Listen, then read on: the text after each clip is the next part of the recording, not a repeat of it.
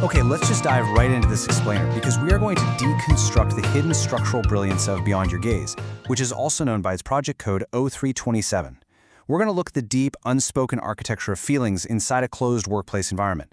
On the surface, this might look like your standard narrative, but as we go through this, I really want you to pay close attention to the visual cues. Watch the colors, the framing, and literally where the characters are actually looking. It's fascinating. So what happens when becoming the perfect type still isn't enough? We'll start off by looking at what totally seems like a simple, kind of tragic, unrequited love story. This question right here, it's the absolute engine of the narrative. We're going to peel back the layers to reveal a literal masterclass in visual storytelling and professional maturation, because it's actually not just about romance at all. It's about how we form our identities in a professional space, especially when our personal feelings just totally collide with social structures. And our inciting incident happens right here. C falls for her colleague, B, after he says a few rare, kind words to her on the street during this exhausting late overtime shift. He simply asks her, "You were busy today, right? Were you okay?" Now, for B, who's naturally observant and sportive anyway, this is just a normal comment. But for C, who's young and really seeking direction, this rare attention during a grueling evening carries massive weight. It's the spark that ignites her pure, unrequited feelings. That brings us to Section 1, the illusion of cute. Well, this initial spark leads C down a pretty flawed strategy. Because C really looks up to her senior colleague A, she kind of takes her advice as absolute gospel. C actually believes that by changing her appearance, switching from her modest navy clothes to bright pink because she thinks B likes cute types, she can finally win his attention.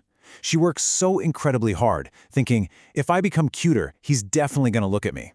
But the absolute truth of this workplace dynamic is that B's gaze is already fixed on A. C is trying to mold herself into this superficial attribute, entirely missing where B's heart actually lies. Moving on to our next section, the unrequited gaze. Now look at this silent triangle. In this dynamic, literally nobody is looking at the same person. C looks at B looks at A, and A looks out at the broader organization. It's a complete mismatch of sightlines. And A, being perceptive, realizes exactly what's happening. She knows B has feelings for her, and she sees C's pure devotion to B. So A makes this incredibly mature, socially conscious decision to redirect B's attention to maintain workplace harmony. She doesn't want to break C's heart, but she also has to prioritize the balance of the whole team. So A quietly closes her blue notebook, which totally symbolizes shutting away her own personal feelings, and eventually decides to just accept a transfer to a totally different location. She removes herself from the equation to keep the peace. But look at the averted gazes here. This all leads to C's ultimate heartbreak. She put so much pure effort into becoming cuter, trying to be exactly what she thought B wanted. But when she finally makes her move, B just averts his eyes. Just pure disappointment. And this silent, crushing realization, C finally understands that her efforts failed because B was never actually looking for cute attributes to begin with. His gaze was always firmly fixed on A. So, let's map this out. This timeline shows C's fascinating growth. We can trace her journey starting from months ago, where she was just seeking validation through her appearance, wearing those pinks and trying so hard to be cute.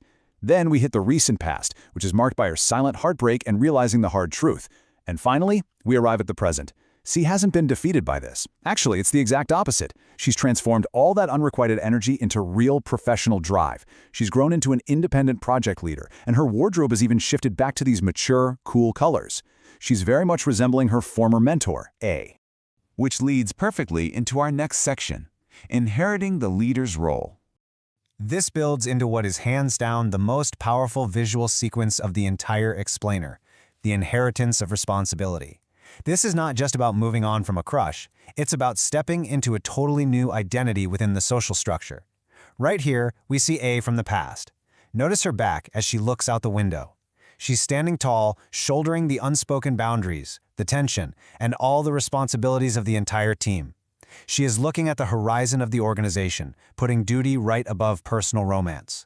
And then boom, or look at this pivot. It's C in the exact same framing, the exact same posture, looking out the exact same window. I mean, wow. This visual directly tells us that while C didn't win the romance she initially sought, she won something so much more enduring, her professional independence. She didn't become B's girlfriend. Instead, she actually inherited A's role. She became the absolute pillar of the office. Let's look at the final piece of the puzzle here, a new kind of support. Years later, the narrative lands on this redefined ending that just perfectly captures the maturity of unspoken workplace bonds. B eventually approaches C, who is now this busy, slightly fatigued project leader, and asks her a simple phrase, "Can I help you?" Now, what you really need to take away from this is that this phrase is absolutely no longer a marker of romantic tension. Years ago, a similar phrase sparked C's massive crush, right? But now, it represents a supportive inheritance of A's role. B is offering the kind of mature, professional support to C that he once would have offered to A. It just beautifully shows that their relationship has evolved into a deeply respectful, mature partnership. So this leaves us with a really profound realization about personal growth. When we stop seeking someone else's gaze, just like when C finally stopped trying to be the cute girl for B, what can we finally see for ourselves? Well, she saw her own potential as a leader. Sometimes the things we don't get in life literally just make room for the people we are actually meant to become. I really hope this explainer changed how you see this story. Keep looking beyond the surface, and I'll catch you next time.